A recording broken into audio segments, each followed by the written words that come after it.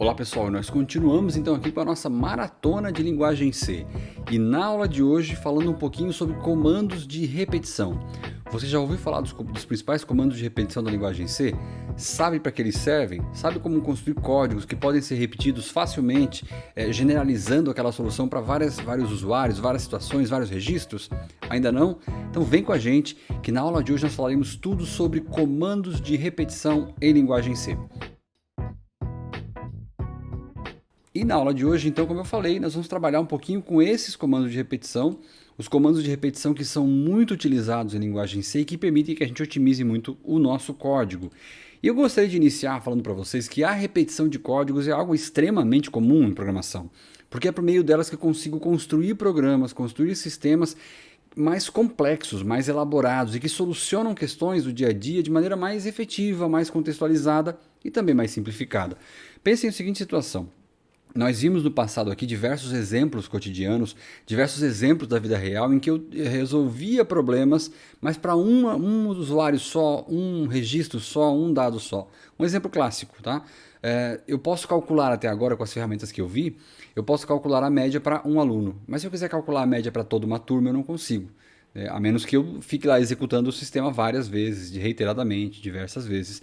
E isso causa algum estresse e limita um pouco as possibilidades que nós temos em programação. Então, as estruturas de repetição são extremamente úteis para que a gente possa construir códigos mais complexos, códigos mais inteligentes, inclusive, e que permitem que a gente consiga resolver problemas de maneira mais em escala, né? De maneira mais escalada. Eu queria começar já imediatamente falando para vocês do comando while. O comando while, ou traduzindo aqui o comando enquanto, né? O comando while ele é um comando muito útil, muito importante, que nos ajuda muito e ele é organizado da seguinte forma. Eu tenho o próprio comando while, ele é seguido de uma condição de parada, que nada mais é que um teste lógico, né, utilizando os operadores relacionais, maior, menor, igual, é um teste lógico de parada. Né? Então, enquanto a idade for menor do que 18, enquanto a variável auxiliar A for diferente de tanto, enquanto, enfim, eu vou criar um teste lógico e enquanto esse teste lógico for verdadeiro, eu vou continuar resolvendo, eu vou continuar repetindo toda aquela sequência de comandos que vem logo a seguir. Então, eu tenho o comando while, uma condição de parada que eu coloco entre parênteses e dentro das chaves eu coloco a sequência de comandos que eu vou processar pela linguagem. E essa sequência de comandos, mais uma vez, eu posso colocar aqui qualquer comando processável pela linguagem C, tá, gente? Então, while, condição de parada, sequência de comandos. Enquanto essa condição for verdadeira, eu vou executar os comandos que eu configurei aqui. Um exemplo para ficar mais claro, tá? Eu quero desenvolver um algoritmo que mostre na tela números de uma posição inicial, de um valor inicial, até um valor final digitados ambos pelo nosso usuário. Então, se o usuário vai digitar um valor inicial, um valor final, eu vou mostrar na tela, utilizando comandos de repetição, todos esses valores que ficam nesse intervalo. Percebam como eu resolvi isso aqui, tá? Criei as variáveis A e B do tipo inteiro para armazenar o valor inicial na variável A e o valor final na variável B e pedir que o usuário digitasse para mim. Digita o valor de A, ele digitou para mim e o comando scanf vai armazenar então na variável A. Pedir que o usuário digitasse o valor de B, mesma coisa, o comando scanf vai armazenar aqui na variável B. E aí que então que entra a mágica aqui com o comando while, né, com o nosso comando de repetição while.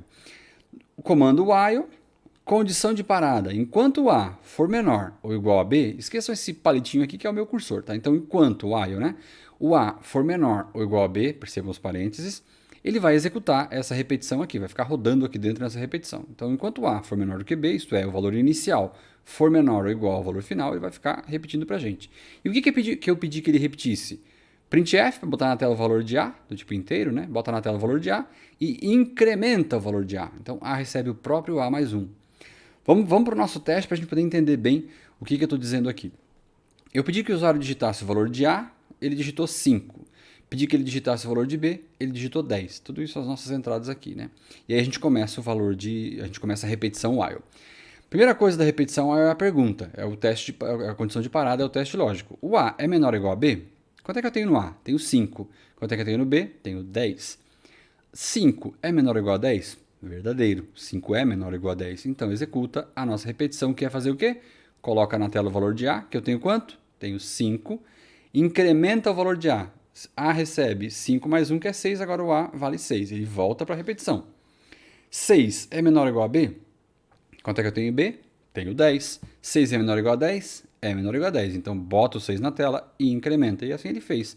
5, depois o 6, incrementa 7, incrementa 8, incrementa 9, 10. 10 é menor ou igual a 10? É igual a 10. 10 é igual a 10, logo é verdadeiro. Se é verdadeiro, bota o 10 na tela e incrementa. Agora o A recebe o próprio 10, mais 1 virou 11. O A então agora vira 11. 11 é menor ou igual a 10? Infelizmente não é. Se não é menor ou igual a 10, o resultado deste teste lógico é falso, portanto, a repetição while se encerra e a gente encerra a aplicação. Encerramos a aplicação, a gente consegue avançar. E aí a gente chega aqui num comando muito utilizado, um comando muito importante, que é o comando for. O comando for é um comando extremamente poderoso que nos ajuda muito na construção de estruturas de repetição, porque ele permite que eu faça toda a personalização desse comando. E eu já queria dizer para vocês que o comando for ele é construído desta forma aqui. Eu tenho o comando for, entre parênteses eu tenho 3 cláusulas. A primeira delas é a cláusula de inicialização, a segunda é a condição de parada, a terceira é o incremento. Depois, claro, entre chaves aqui, eu tenho a sequência de comandos que serão executados repetidamente, né, no escopo dessa repetição.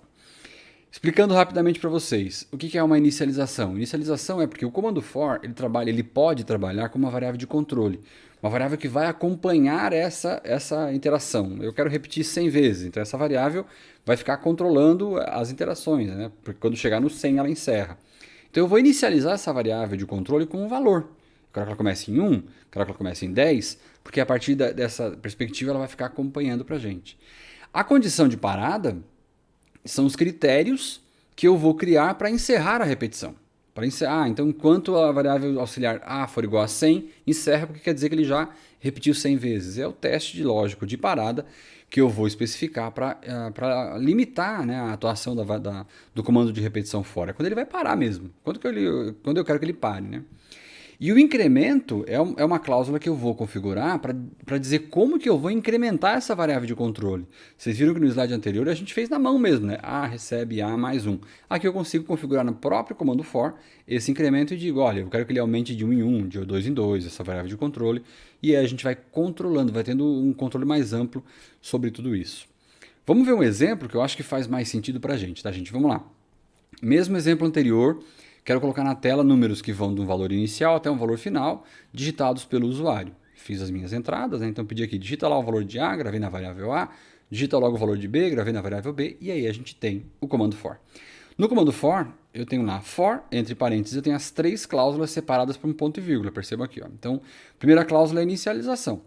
Nesse nosso caso aqui, eu criei uma variável auxiliar, que é a variável C, que também é do tipo inteiro, como vocês podem ver aqui em cima, e eu digo, olha, eu quero inicializar o valor de C com o conteúdo da variável A.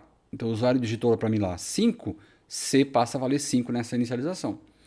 Depois disso, ponto e vírgula, eu vou para a cláusula de controle, esse teste lógico de controle. Então enquanto C for menor ou igual a B, ele vai ficar executando. Esse é o nosso teste de parada. É a nossa estrutura, a nossa cláusula de controle. Então enquanto C for menor ou igual a B, ele vai ficar executando aqui, botando na tela os valores, tudo bonitinho.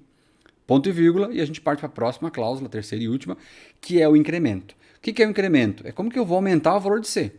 Se eu não fizer incremento, o C vai começar valendo 5 e eternamente vai valer 5 e a gente nunca mais vai sair dali.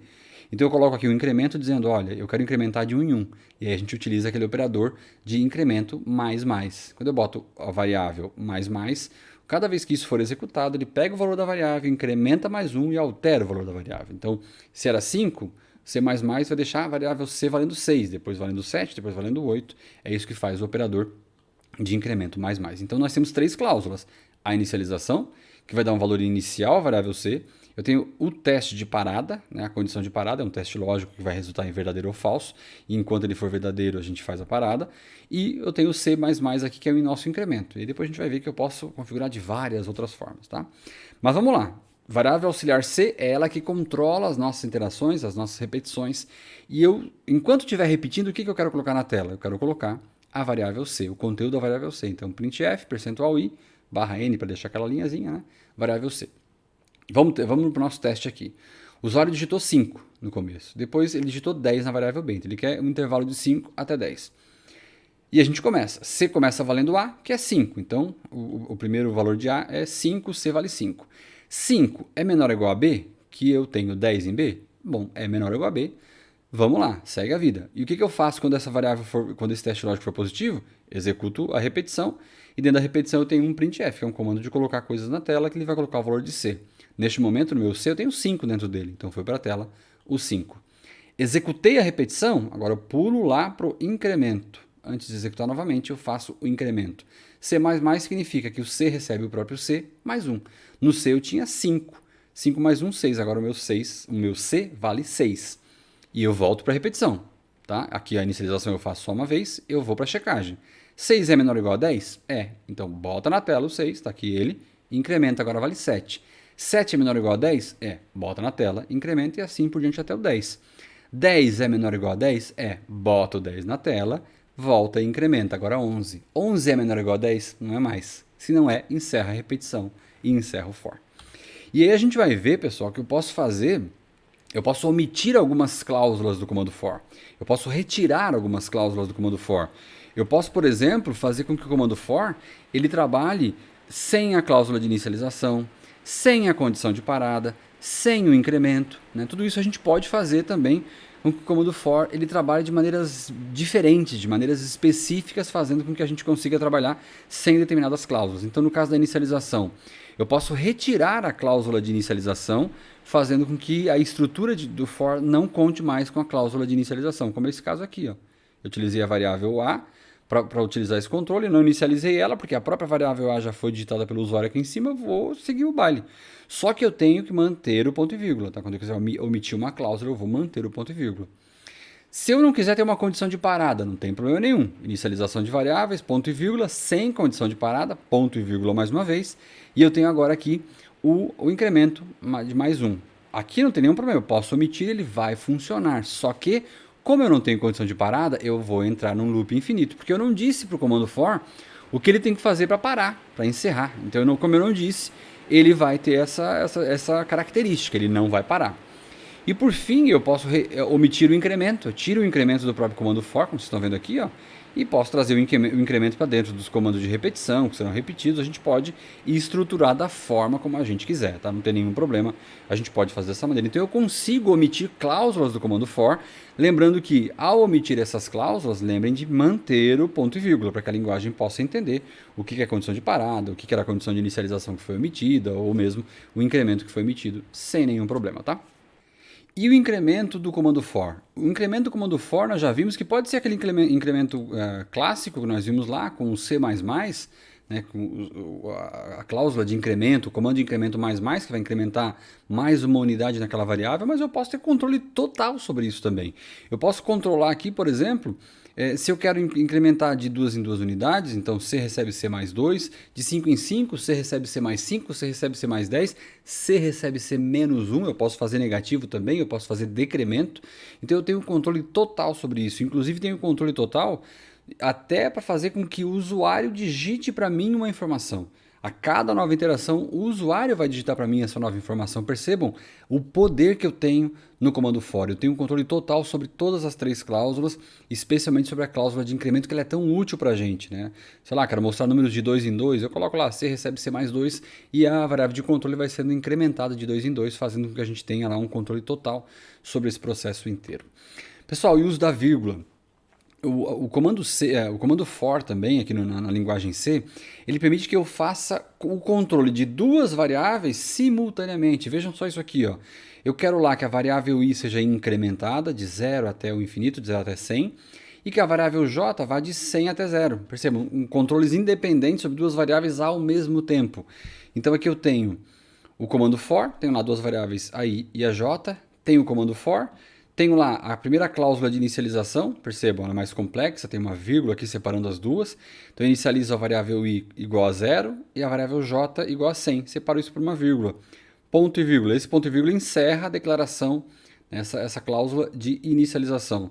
Tem agora o teste de parada. Enquanto o i for menor do que o j, ele vai ficar repetindo. Então essa é a minha condição de parada. Quando o i for igual ou maior do que o j, ele encerra.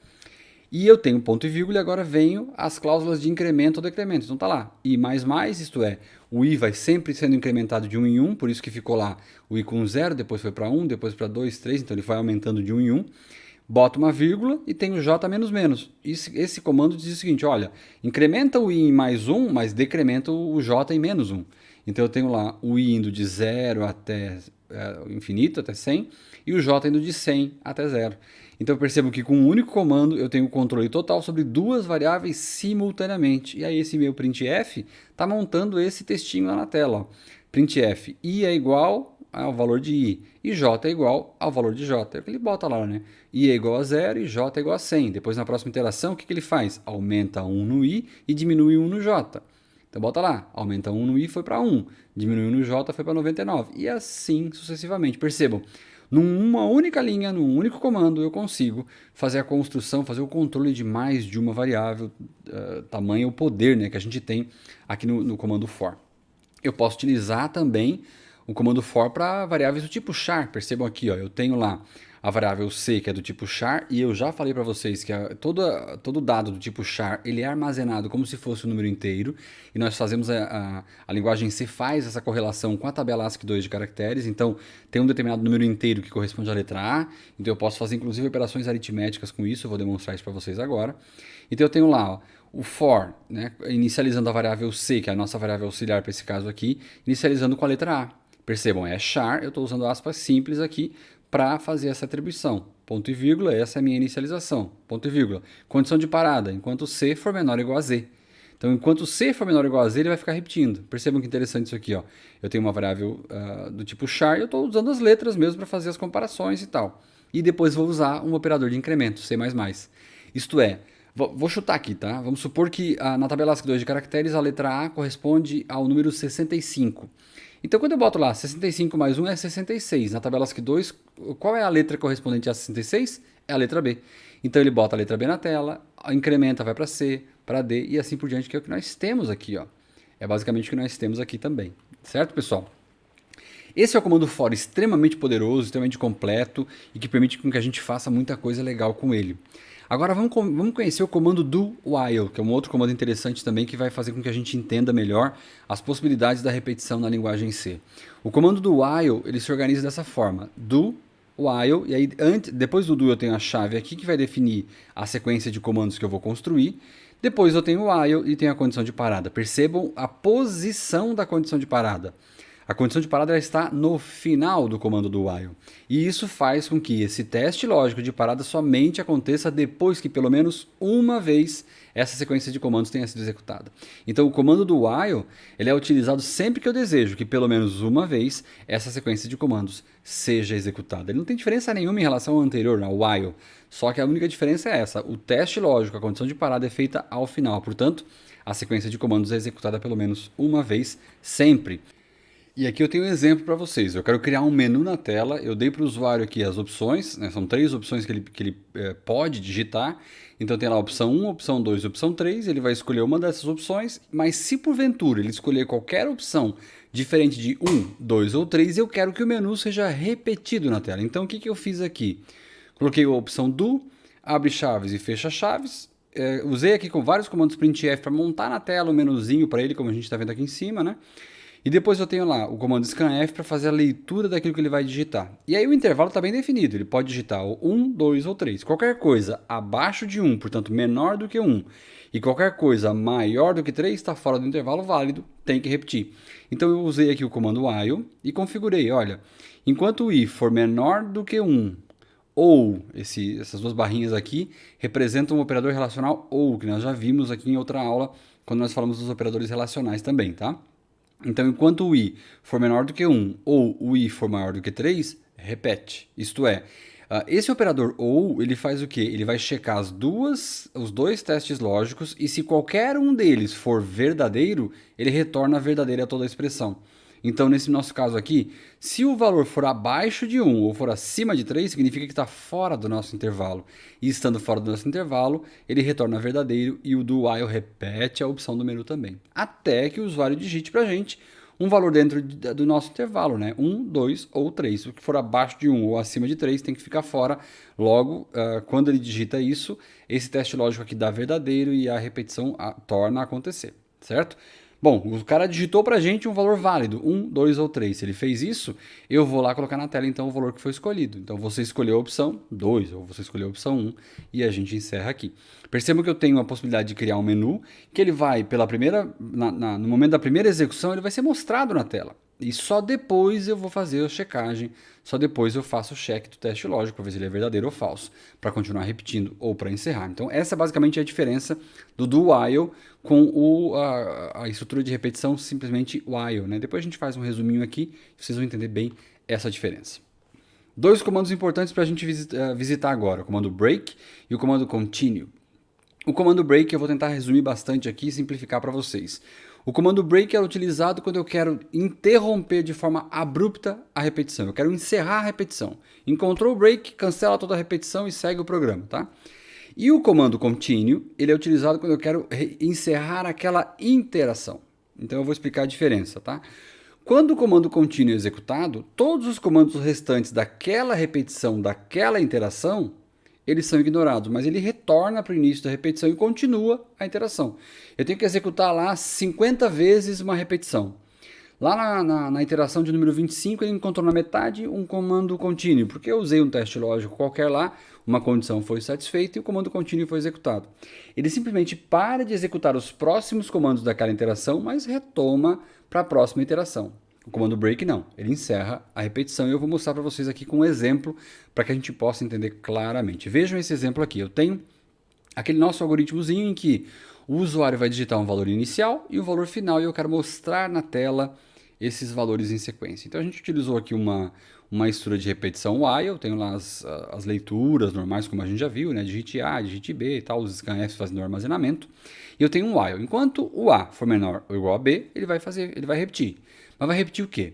Primeiro, vai fazer um incremento de A recebe A mais 1, e eu tenho aqui aquele printf para mostrar na tela aqui no final, né? Para mostrar na tela o valor da variável A. Então, o usuário digitou 1, incrementa 1 mais 1 é 2, bota na tela 2, digitou 2, né? Incrementou, agora é 2, 2 mais 1 é 3, bota na tela 3, e assim sucessivamente. Só que eu coloquei aqui um teste lógico, né? Porque eu não quero que o número 5 apareça, tá? Então eu coloquei aqui um teste lógico e disse o seguinte: se o A for igual a 5, então execute o comando continue. Percebam só, vamos lá, vamos pensar no número 4, tá? Ele está aqui com o número 3, aí, bom, 3 é menor ou igual a B, que o B é 10, né? O usuário digitou 1 e 10. 3 é menor ou igual a 10? É, então se o 3 é menor ou igual a 10, então esse teste lógico é verdadeiro, vamos executar esses comandos. O primeiro comando é A recebe A mais 1. Quanto é que eu tinha em A? Tinha 3, 3 mais 1 é 4, agora o A vale 4. Ele vai perguntar: if o A é igual a 5, 4 é igual a 5? Não é igual a 5. Se não é, teste lógico falso, ignora o comando e vai para o próximo. O comando printf é botar o 4 na tela, ele bota o 4 na tela bonitinho aqui e volta para a repetição. 4 é menor ou igual a 10? É, 4 é menor ou igual a 10. Então vamos lá. A recebe A mais 1. Quanto é que eu tenho em A? Tenho 4. 4 mais 1 é 5. Vamos para o if de novo. 5 é igual a 5? É igual a 5. Se ele retornou como verdadeiro, ele vai executar o comando continue. E o que faz o comando continue? Ignora os demais comandos daquela interação, mas volta lá para continuar. Então ele ignorou o comando printf que colocaria o 5 na tela e encerrou aquela interação e voltou para a próxima. Então aqui eu tenho 2, 3, 4, não tenho 5.